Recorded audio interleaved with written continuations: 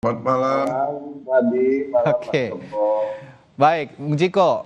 Kenaikan tarif parkirnya berapa nih kalau mau diterapin? Udah ada bocoran belum dari Mas Pram sebagai gubernur? Ini Radi, jadi Ah, pembahasannya bukan dimulai dari kenaikan tarif parkir. oke. Konteksnya adalah Pak Pramono Anung dan Bang Dul atau Mas Karno Karno ini Mhm. ingin memperbaiki sistem transportasi massal di Jakarta. Itu dulu. Oke. Nah, artinya apa? Kan kita udah lihat nih, sekarang Transjakarta berubah menjadi Trans Jabodetabek. Mhm. Kita services yang kita layani itu bukan hanya masyarakat Jakarta yang berada di lingkaran Jakarta aja, tapi juga masyarakat luar Jakarta yang commute Oke. ke Jakarta atau ingin bertandang ke Jakarta. Bogor Blok M, ya Hmm. kan? Pik, ya kan? Ada Sawangan, Lebak Bulus, dan akan Oke. lebih banyak lagi, dan armadanya akan diperbanyak, rutenya diperpanjang, dibikin senyaman mungkin, dan kemudian Mas Pram juga sempat menyampaikan sebelum sampai ke pembicaraan soal parkir, beliau mengatakan di daerah-daerah lain yang juga Trans Jabodetabek ini lewat, Mhm.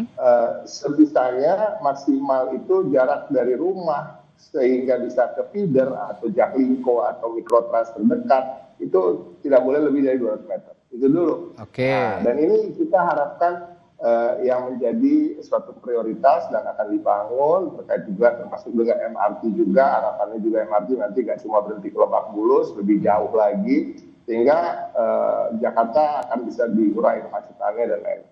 Itu dulu. Nah, ini Oke. yang menjadi prioritas. Mhm. Kemudian kalau ini sudah terjadi, masyarakat sudah nyaman, masyarakat sudah disodorkan dengan transportasi massal yang bisa diandalkan, ya, tersambungannya juga terjamin, tidak terlalu Oke. kilometer, cukup berapa bisa ke feeder. Nah, kemudian tentu tarif parkir wajarnya memang sudah harus naik itu tadi, ya kan. Hmm. Kemudian juga apa IRT, ya kan, untuk karena kita berharap memang budaya untuk menggunakan transportasi massal ini apalagi di sebuah kota metropolitan ini kan sebuah keniscayaan yang nggak bisa dielakkan ke depan. Nggak mungkin lagi mobil harus bertambah-tambah terus di Jakarta, sekarang aja udah seperti ini kan, Rad. Ya Oke. kan, Radi sendiri kan commute dari luar kota kan, Tahu ke aja nih. rumahnya. Oke, Bung Ciko. Jadi Tadi intinya itu, ya, oke, oke. pasti akan naik. Nah, naiknya berapa nggak tahu, kapannya juga ya kita tunggu. Karena Ya. apa? Oke. Tentunya sebelum naik, kita nggak boleh dong, kita nggak mempersiapkan Ya. transportasi massal yang memadai. Ya, oke. Kalau gitu tadi juga Bung Ciko kan menyinggung soal cakupan wilayah operasional transportasi publik. Oke, tadi warga Jakarta sendiri yang diwawancarai reporter kami itu ngasih nilainya udah cukup baik, 8 katanya untuk fasilitas transportasi publik yang sudah ada di Jakarta. Nah, tapi ada beberapa keluhan juga yang saya dengar juga ini soal cakupan wilayahnya sudah menjangkau belum, sudah luas atau belum gitu di daerah-daerah terutama daerah-daerah penyangga. Tadi kata Bung Ciko betul, saya juga commute dari luar kota Jakarta masuk ke Jakarta. Tapi masalah jangkauan ini yang sepertinya sekarang masih jadi PR. Kalau Pak Joko punya data nggak? Kira-kira sudah berapa besar jangkauan integrasi transportasi publik yang ada di Jakarta, Pak Joko? Pak, ya kalau untuk Jakarta itu dia sudah bisa cover hampir 90%. Oke. Jakarta ya, artinya sudah samalah dengan kota-kota metropolitan dunia yang lainnya. Sebagai buktinya begini, kalau di Jakarta kita keluar dari hunian manapun itu nggak sampai 500 meter pasti dapat angkutan umum. Hmm. Yang indikatornya yang paling mudah begitu ya. Oke. Namun memang di kota mitra, jadi nggak saya sebut mitra karena kemarin pendapat dari salah satu kepala daerah bilangnya bukan penyangga, enaknya mitra Jakarta gitu ya. Nah, masih kurang, makanya DKI sesuai dengan amanah Undang-Undang Nomor 2 2024 itu memberikan subsidi untuk angkutan yang bisa langsung ke Jakarta. Makanya ini dikembangkan Trans Jabodetabek.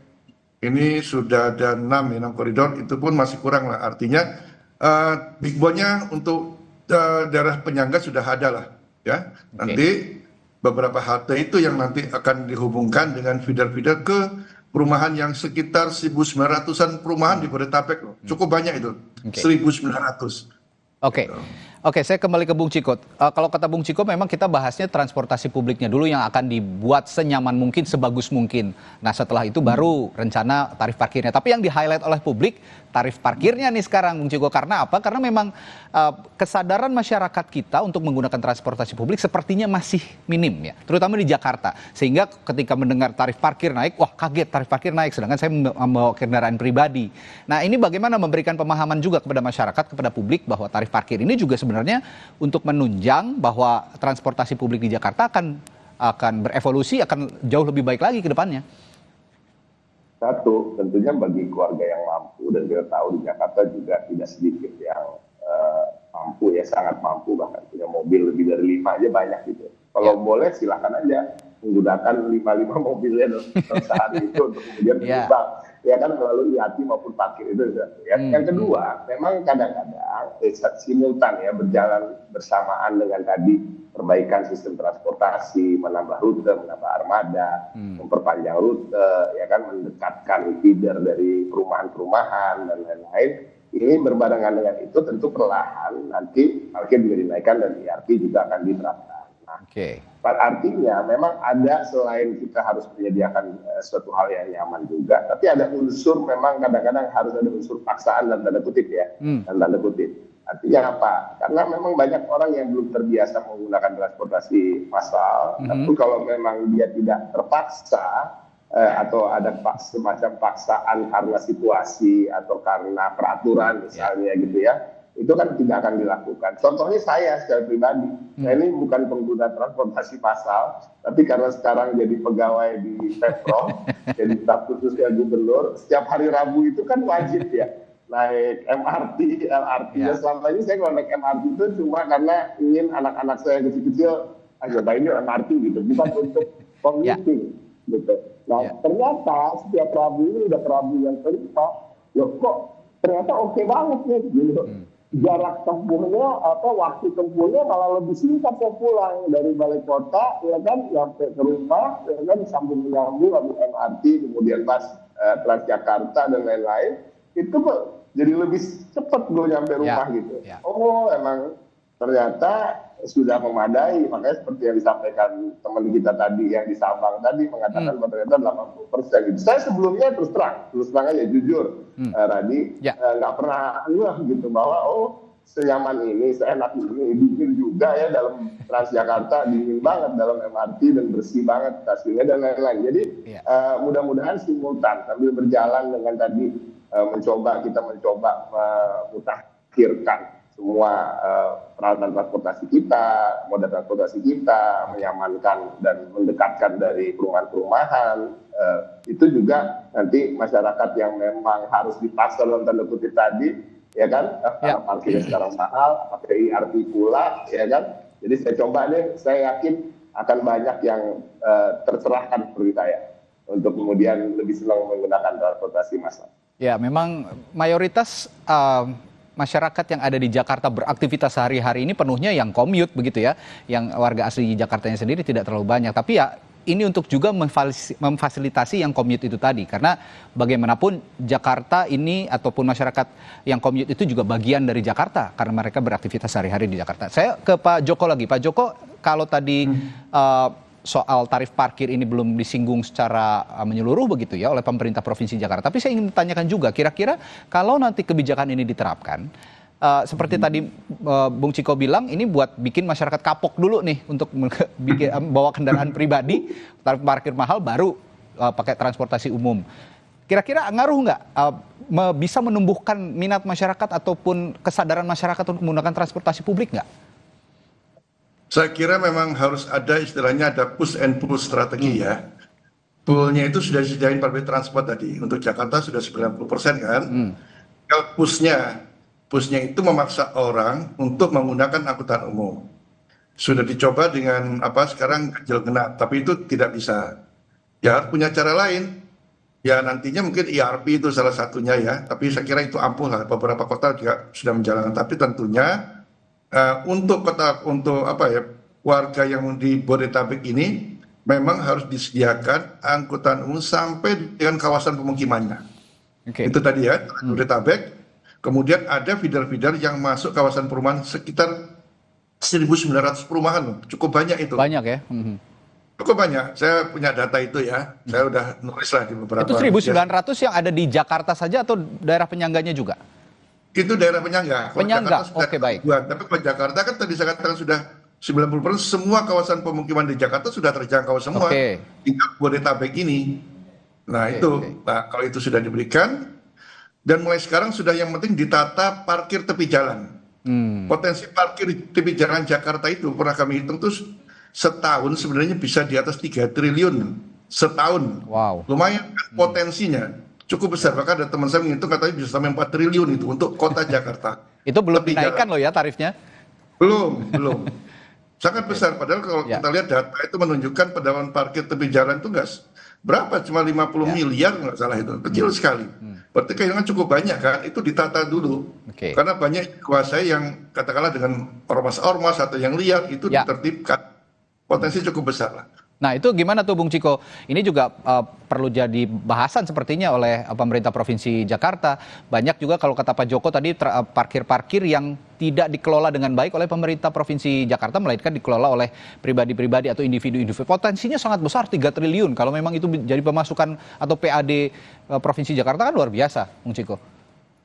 Sangat sepakat. Artinya memang sekarang kita sedang mengadakan kajian bahkan sampai ke apakah perlu dibuatnya BUMD khusus untuk perparkiran, ya kan? Karena memang ini suatu hal yang masif, yang Jakarta itu kota yang berliku jalannya, ya kan? Dan kemudian orang parkir di jalan ini udah menjadi kesalahan klasik lah, seperti banjir dan macet, dan udah puluhan tahun sejak Jakarta ada, dari Orde Baru bahkan ya, tidak reformasi juga. Dan ini suatu tantangan bagi pemerintah Mas Pram dan Bang Dul tentunya untuk menertibkan. Tapi Mas Pram sebagai gubernur sudah tegas mengatakan bahwa digitalisasi parkir ini suatu keharusan, dan ke depan harus dikelola secara profesional.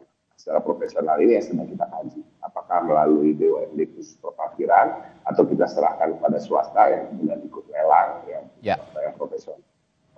Tapi ini dalam sidang kajian. Tapi ini memang betul sekali akan sangat berdampak dengan hal-hal baik untuk kenaikan parkir. Maka kan ini juga permasalahan, kadang-kadang Transjakartanya udah enak, udah 90% tadi Pak Joko sampaikan, cuma tetap macet karena ada parkir-parkir di pinggir jalan, mobil-mobil, ya kan. Karena Transjakarta ini kan tidak selalu berada di jalurnya ya, kadang-kadang dia harus lintas jalur ketika mau belok atau mau memasuki beberapa kawasan. Nah ini juga sering tertahan, dan kita tahulah kalau hari Jumat begini ya kan biasanya yang paling parah, dan itu juga di daerah-daerah tertentu tertahan trafficnya karena ada parkir-parkir di jalan. Nah ini harus betul-betul ditertibkan, dan ke depan ini memang menjadi tantangan bagi kita. Oke, Pak Joko, ini saya punya data di tahun 2023. Mungkin Pak Joko punya yang lebih baru lagi. Ini di tahun 2023 tarif disinsentif itu akan diperluas dari 131 titik, dan ini juga akan terus didevelop oleh pemerintah Provinsi DKI Jakarta. Nah, kalau pemilihan lokasi prioritasnya, kalau menurut pandangan Pak Joko, tadi kan 2023 131. Mungkin Pak Joko punya data lagi berapa dan di mana-mana saja tempat-tempat yang menjadi lokasi prioritas bisa dijadikan kantung-kantung parkir yang potensial? Saya nggak punya data pasti untuk on street ya, namun kalau saya lihat di Jakarta memang cukup banyak itu.